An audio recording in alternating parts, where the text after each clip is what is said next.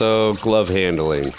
A little more explanation to it, the why, and a little bit of the how I began. First, what glove training actually is. It's similar to target training and tongue training, but I'm utilizing gloves as a physical change to my hands while keeping his focus on me still to entice feeding time. When I don't have the gloves on, I can reach in his cage and clean, handle, rearrange, plant, do whatever I need to do without a feeding response. As long as the gloves are off, so is his feeding response. Now working on the fear response, be around the cage. Be there a lot.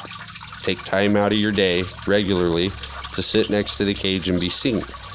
Even in their hides, I allow them to see the glass even when they feel hidden, so they can see you there.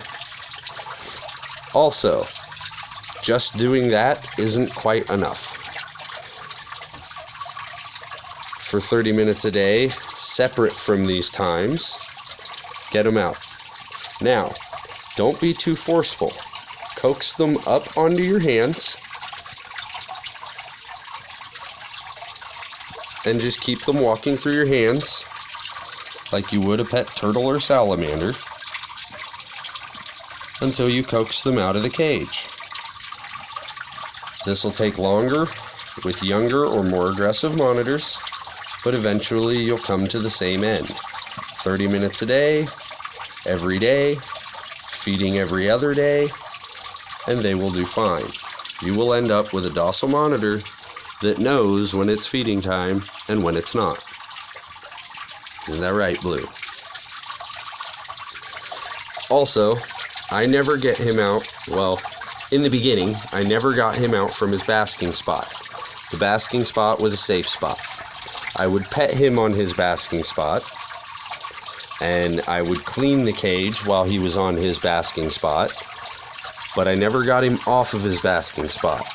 I always waited until he was visibly trying to cool his temperature down, either in the water or in a cooler part of his cage, before I got him out. This also helped with kind of the shell shock of being taken out of the cage. If he just crawled up on his basking spot and is trying to warm up, and you get him out and put him on the floor where it is cooler than his basking spot, you have become the bad guy.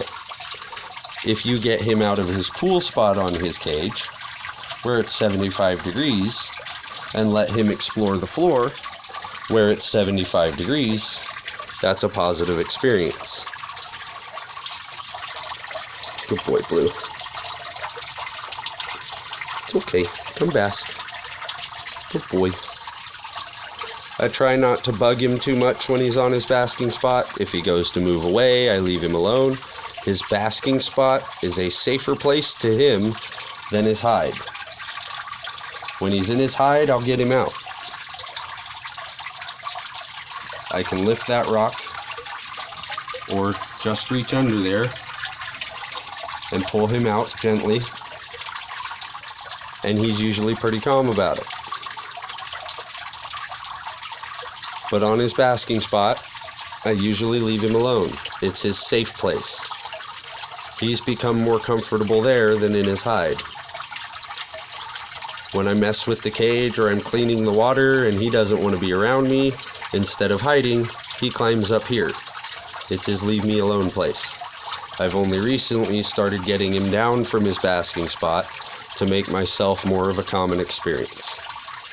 So, there's the one side of my glove training. Free handling, hello Blue, without any mistaken identity. He doesn't think I'm food unless I have the gloves on. Part 1. Now for part 2 of the video, I'm going to get the gloves out and these dubia roaches that have been sitting by the cage that he can smell, and show you the difference between bare hand handling and gloves on feeding time.